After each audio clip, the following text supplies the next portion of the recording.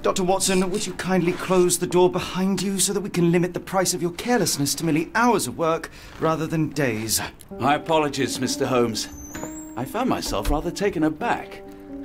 I saw tidier houses in war-torn Afghanistan. Are those my surgical needles? I ran out of tacks and the matter required immediate attention. Was that my supper? Plainly not, for I was the one who ate it. I set it aside for this evening. And for that I am grateful. Is that my bed? Watson, since you've proven yourself a master of observation, might I ask you to apply your skills to a more pertinent question? Namely, the whereabouts of today's newspapers. They are the key to everything. The newsboy is usually reliable. Medically speaking, I often find that the key to everything is good sleep. In a bed. Your papers are here, on the table. Let us see what the postman brought today.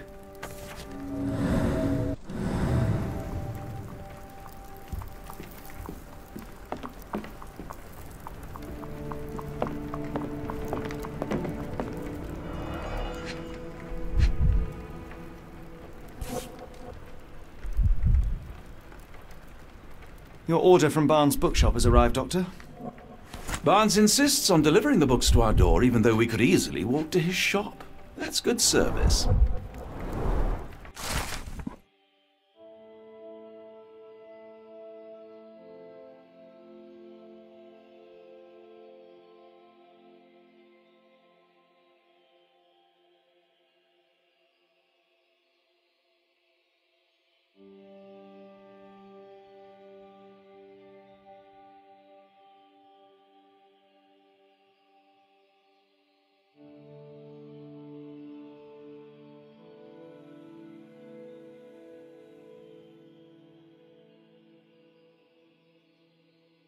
Local gossip, all of it uninteresting.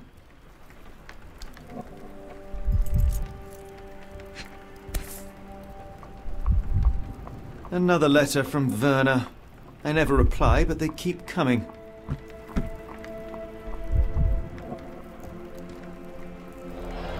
I don't see the Strand. Where is it? Pardon me? I am on the precipice of uncovering a pattern of crime across London spanning many months and involving many men. The missing paper cannot be a coincidence. That's preposterous. My dear fellow, life is infinitely stranger than anything which the mind of man can invent. Well, life used your newspaper to wipe its posterior, so after that unpleasant discovery this morning, I disposed of it. But in lieu of the Strand, perhaps I can deliver you something equally tantalizing. I have just returned from a patient of mine, Captain Stemwick, who... No, that will not do. Grab your coat, Dr. Watson. Let us hope nobody has collected the dustbin.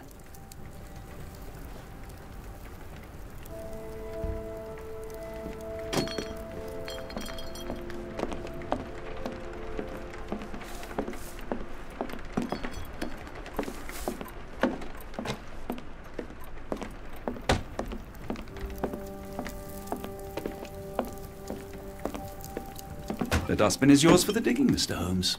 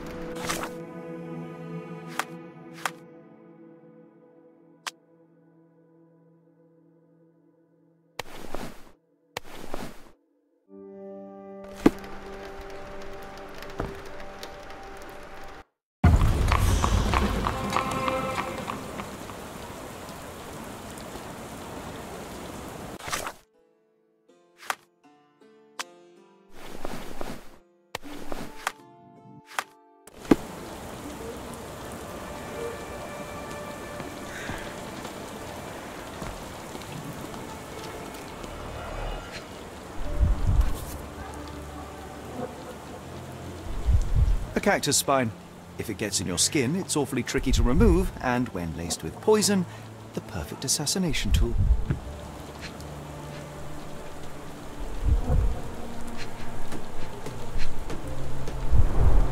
You were mistaken, Dr. Watson. The paper was indeed dirtied, but not how you implied.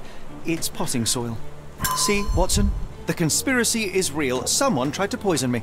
Poison? You? That's madness. Get the Strand! Get your copy of the Strand here! Sorry, Mr. Holmes. I just sold my last paper. Blast. Then why are you still here? Boss pays by the hour. No sense in returning early. You're a bright child. I presume you see everything that goes on around here? Nothing gets past me, mister. Then tell me, did you notice anyone suspicious at my door this morning? Like the man with your newspaper? Precisely. What do you know? I know the value of a shilling. Dr. Watson. Cool, now I can take the day off.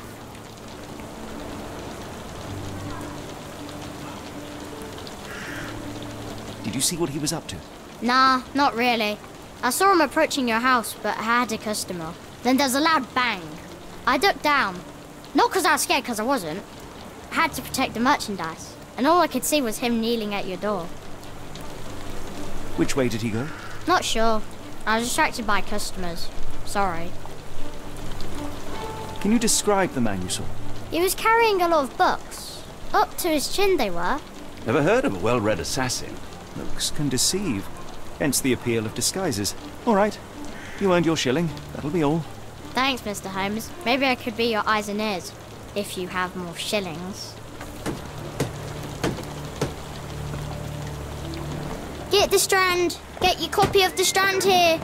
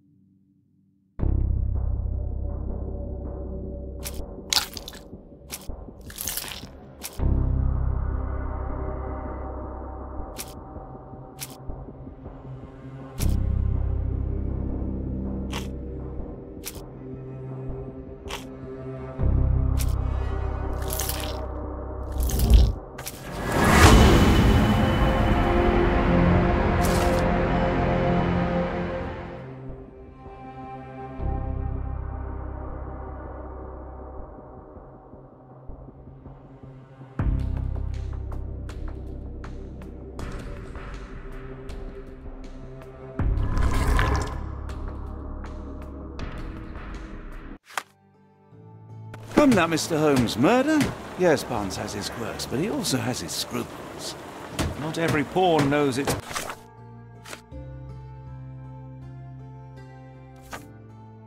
part of a game.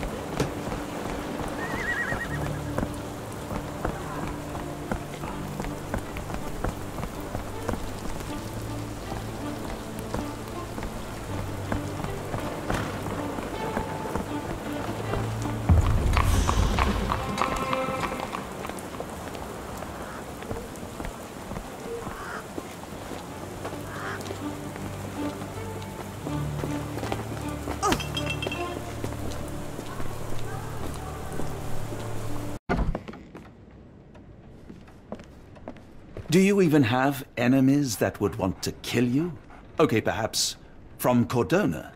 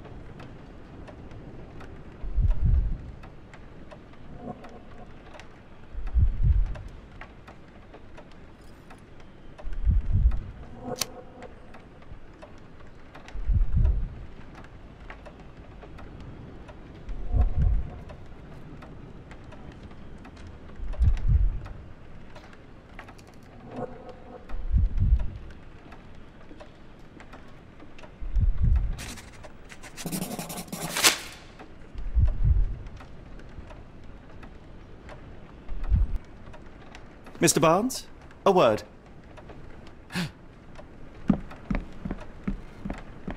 Oh, for goodness sake.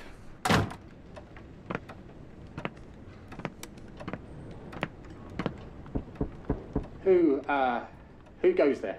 Sherlock Holmes. Now will you please? Mr. Holmes. Golly, I did not see you come in. Would you care to answer some questions for me? Well, I wish I could, but I am deep in the weeds with work. How about we reschedule in a month or two? Come now, Mr. Barnes. It will only take a moment.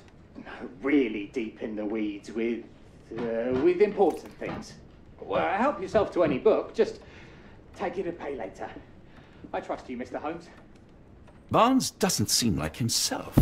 Why is he acting this way? You're asking the right questions, Doctor. Let's find a way to coax him out.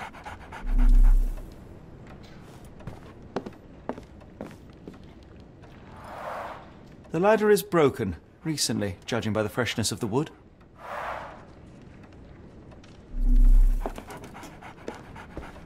So, Barnes has a dog now. Who's a good boy? Barnes has always been a little odd, but this is uncharacteristic even for him. I could hardly imagine anything more macabre.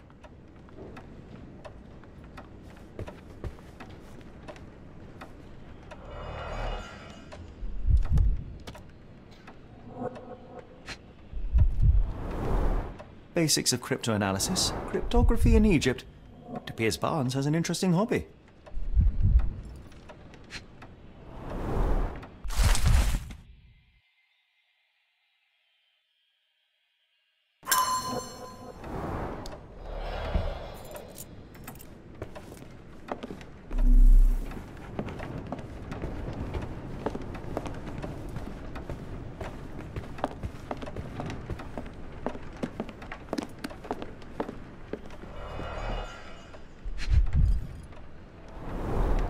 An improvised stand, but it does make the flowers more visible. In the language of Mycroft's secret agents, it's a sign. Dried flowers are replaced when the job is done. I wonder who the recipient is.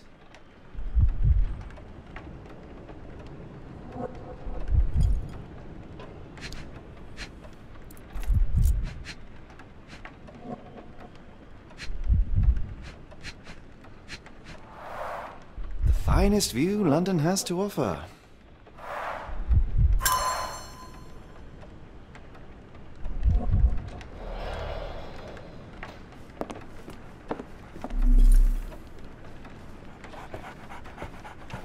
We're looking for a cactus needle in a haystack. A spine in a book stack. No, come on, Watson, think. Apologies, but I can't hear you. Please come back later.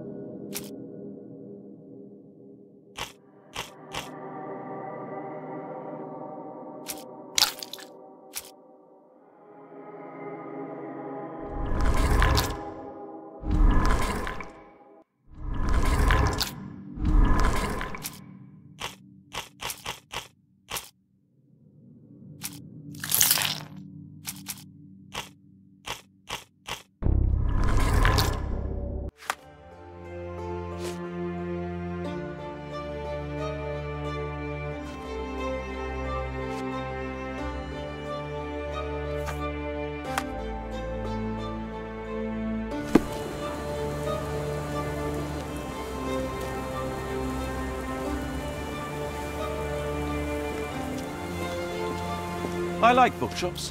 One of the few spots in London where you are shunned for making a racket. You're looking for a cactus needle in a haystack. A spine in a book stack? No, come on, Watson, think.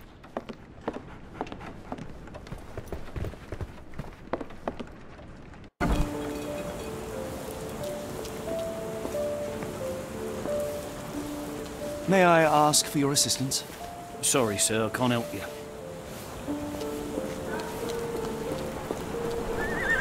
Do you know anything about this? I don't think anyone here knows the answer. You should ask someone else. May I ask you something? I don't think anyone here knows the answer. You should ask someone else.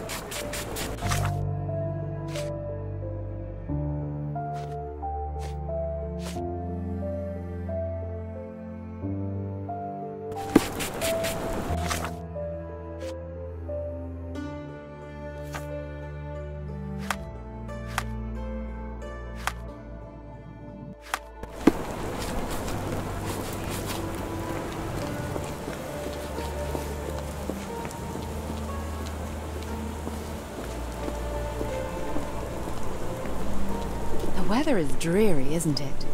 To be fair, my flowers could... Hello there. What's your name? Lily. I know, not very original.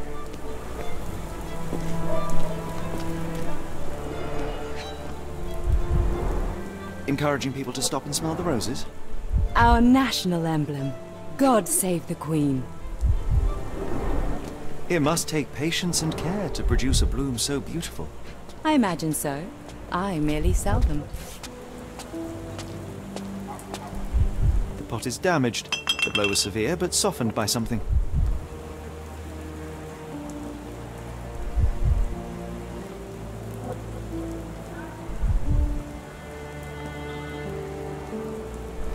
A familiar spine. Is this what I found in my dustbin?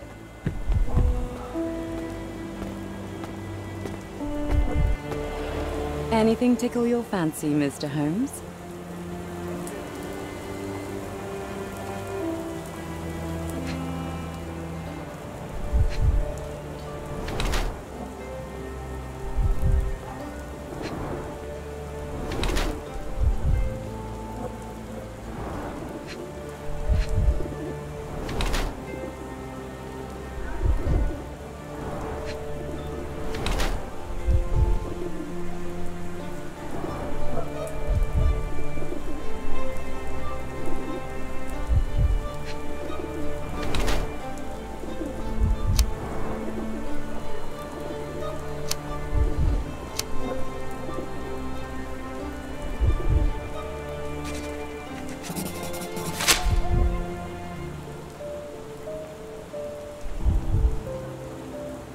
My condolences, Mrs. Fleming. Mr. Holmes? Your husband's death. You're clearly still in mourning. Oh, no. I loved him more than anything, of course, but that was some time ago now. Life goes on. A lesson we all learn, one way or another.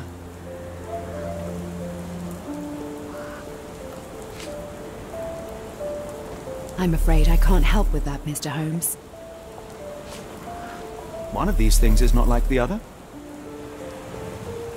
Come again? The cactus. Those fearsome spines can prove a devil to remove, and the sap is often toxic. And a rose thorn can give you tetanus, but we still grow them. The cactus seems comparatively harmless, though you have me thinking it must be valuable. I was under the impression that you knew its price already. Your guess is as good as mine. The first time I saw this cactus was when I came back from my break.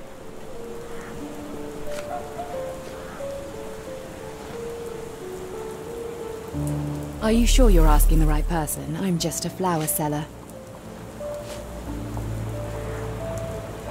I don't know anything about this, sorry. What do you make of the flowers in Barnes' shop window? Well, they could use a bit of water. Do they mean anything to you? Mean anything how? I'm not sure I follow, Mr. Holmes. Why do you think they're there? Are you suggesting the flowers are for me? It seems likely, does it not? Oh, I hope you're right. I don't know anything about this, sorry. I don't know anything about this, sorry. Are you sure you're asking the right person? I'm just a flower seller. Are you sure you're asking the right person? I'm just a flower seller. I don't know anything about this, sorry. Are you familiar with Mr. Barnes? Yes. No, not really.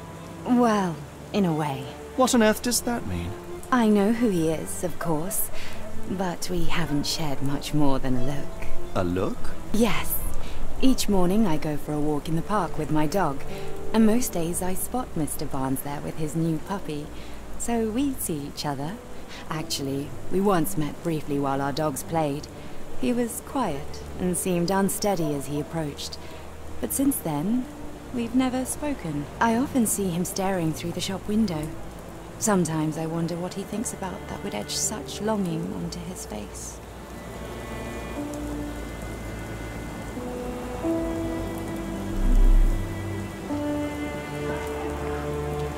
I like bookshops. One of the few spots in London where you are shunned for making a racket.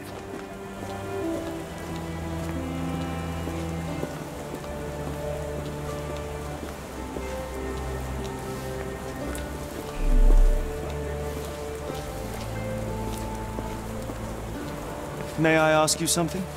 Excuse me, what? I'm not sure I know.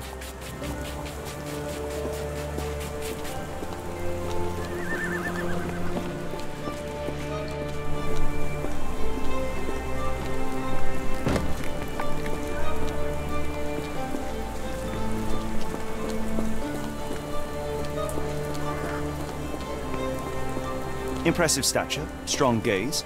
I think this man deserves a knighthood. Really, Holmes? How can you be so sure? On rare occasions, Watson, it can suffice to trust one's gut.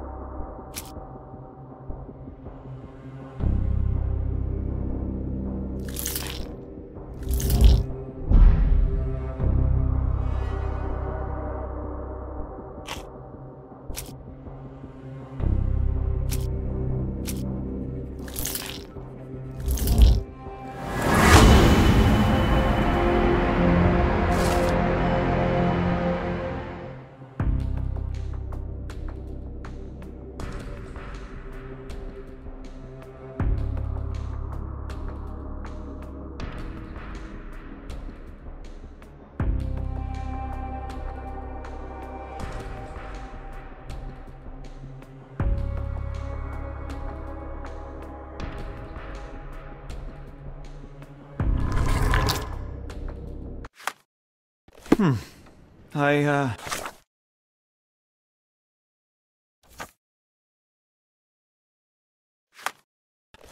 think perhaps I have been chasing shadows. Do not despair, Mr. Holmes. Even the best of us make mistakes. We better tell Mr. Barnes what we've learned. Mr. Barnes, I know what you did, and I know why you did it. I'm sorry, Mr. Holmes. I can't hear you very well from behind the door. You ordered a cactus from the plant catalogue and then left it for Mrs. Fleming as a gift. You place flowers in the window to get her attention and wear high heels to appear taller and more desirable. You are her secret admirer. I couldn't read this morning's edition of The Strand because it was covered in soil and spines. I know you dropped a cactus on it and then fled. Barnes, it's Dr. Watson. Rest assured we are not interested in disclosing your personal affairs to anyone, including Mrs. Fleming. Please come out. All right, then.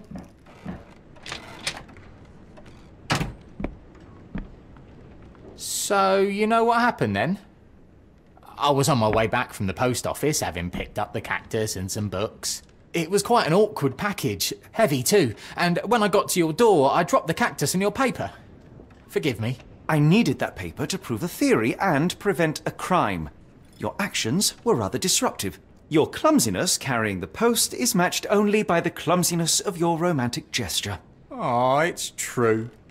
I am useless with this sort of thing. I'm not even sure if Mrs. Fleming noticed.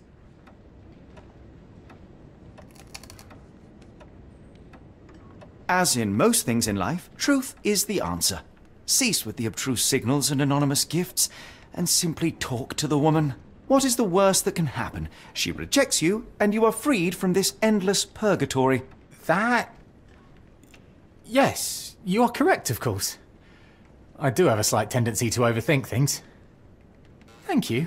So, at last, we return to the matter of the paper. I'm investigating a string of burglaries. Did you perhaps read of any before the edition was spoiled? I don't recall, but you're welcome to read our copy for yourself. You had an issue of The Strand here all along? Well, naturally. I am a bookseller. I have a subscription to every magazine and newspaper in London. So you ought to be familiar with the concept of burying the lead. Oh no, my apologies, Mr. Holmes. I'll make it up to you however I can. I am an expert on obscure languages and translation and Yes, okay. Just give me the paper.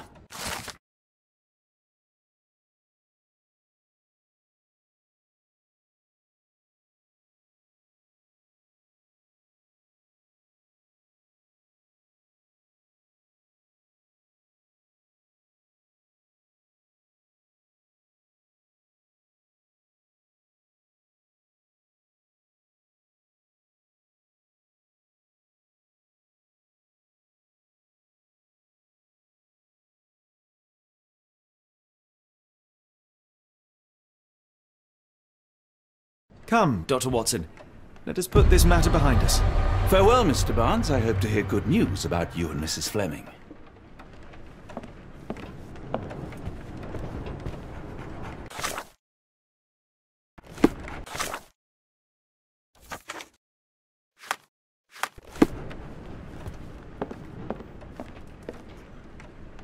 Well, that was an utter waste of time. An assassination did seem rather unlikely. There was supposed to be another burglary. I was certain of it. Something you wish to say, Doctor? No. Well, only that you have a remarkable faculty for deduction and pattern recognition.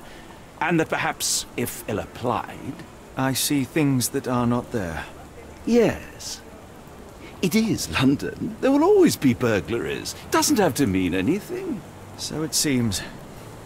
Forgive me. Without something to occupy my mind, I turn into an entirely different animal. Which brings us back to my news from earlier. I think I have a case for you, a real one. Truly? Indeed. Though perhaps not as thrilling as your stories from Cordona. A patient of mine, Captain Stenwick, told me that his servant disappeared. I said I knew just the man to help. What do you say? Oh, Watson. Yes, I know it's not the most tantalizing mystery, nor the story to launch my writing career. But... it's brilliant. Let's go. Oh, good. Well, his house is nearby. Come.